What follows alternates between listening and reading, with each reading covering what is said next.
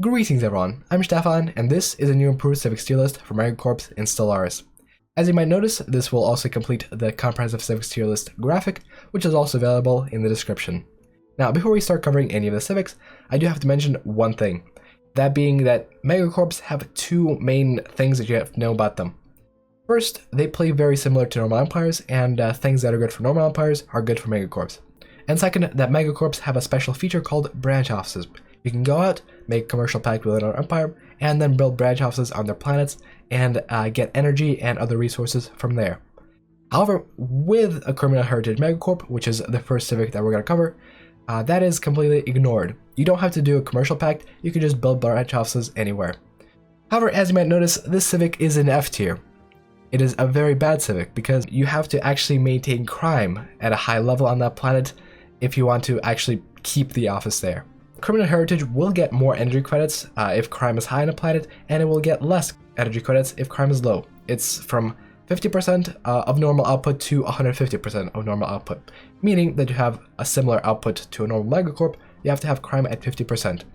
The only problem is, it's very hard to do so. AI will go out of its way to build precinct houses, and it will completely shut down all of your offices. If a planet with your branch office has zero crime for a while, the office will get shut off, and before it gets shut off, you'll only be earning 50% of the energy.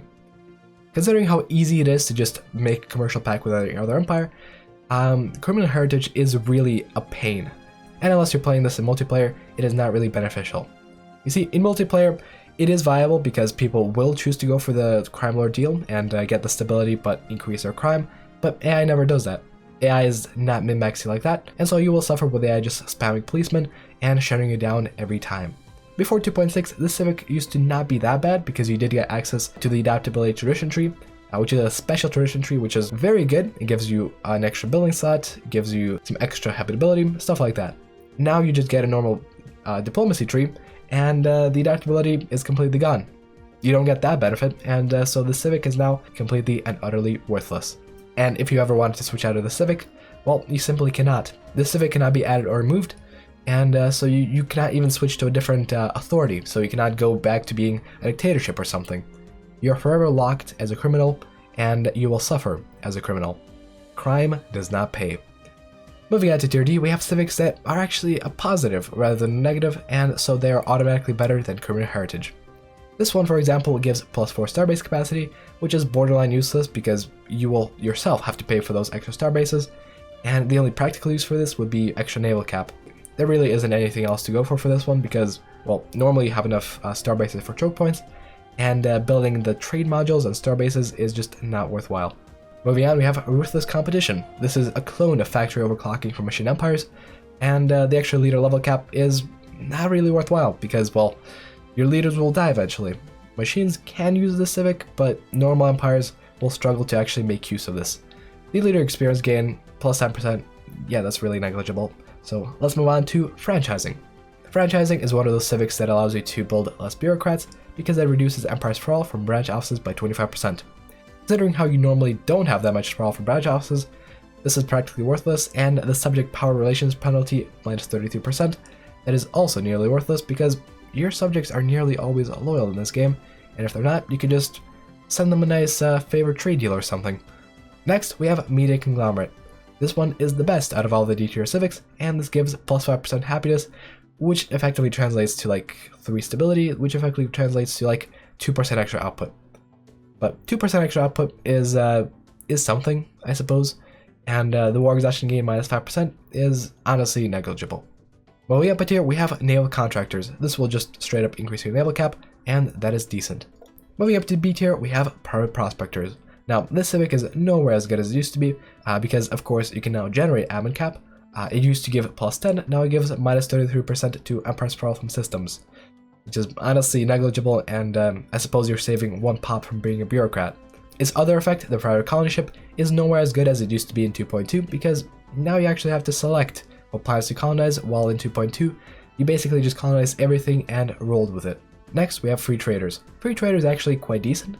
It will give you plus 10% to trade value, and some extra energy from branch offices, which is also quite nice. Moving on, we have Brand Loyalty. This will just give you plus 50% unity. Yeah, this Civic is available to all empires, and it is equally straightforward in all of them. Something a little less straightforward is Gospel of the Masses. This civic will give 0.25 trade value per pop that is spiritualist on either your normal planets or planets with your branch offices on them. This 0.25 trade value per pop is relatively decent, and as far as I'm aware, cannot be modified by other modifiers. It's just a thing that's tacked onto the planetary trade value. This civic will also give you access to the Temple of Prosperity building on your branch offices, which will increase spiritualist attraction on those planets, as well as giving 2 jobs, which give 1 unity, 3 amenities, and 3.5 trade value each. Additionally, this increases the spiritualist ethics attraction in your own empire, so you're going to get quite a bit more trade value from this civic than you normally would have without this modifier. Since you are required to be spiritualist anyway for this civic, your spiritualist faction is going to be big and happy. Moving up to the S tier, we have 2 very amazing civics. One of them is Indentured Assets. This will give you plus 10% to slave resource output and enslave 40% of your population. This is exactly the same as slaver guilds for normal empires, and it is just as strong because of it. You see, slavery in 2.6 has been buffed substantially, and you now have access to a slavery type which allows slaves to be specialists. Effectively, this civic gives 40% of your population virtually no upkeep, and an extra 10% to production. It is quite amazing, and as long as you keep your stability high, you're not going to have any problems with this civic. However, if your stability suddenly gets low and you're starting to get some slavery rebellions, you can always switch out of the civic or ban slavery altogether. Then you can re-enable that stuff once everything is fixed and go back to your good old ways. And finally, we get to the new civic, Public Relations Specialists. This civic is new to 2.6, and it does quite a lot. It gives 2 extra envoys and increases your diplomatic weight. The diplomatic weight increase is not too significant, but the 2 envoys are. You see, as a normal megacorp, you will want to be making good relations and commercial pacts with other empires. Envoys are the #1 easiest way of doing that. You see, just a single envoy sent to an empire will increase relations by 240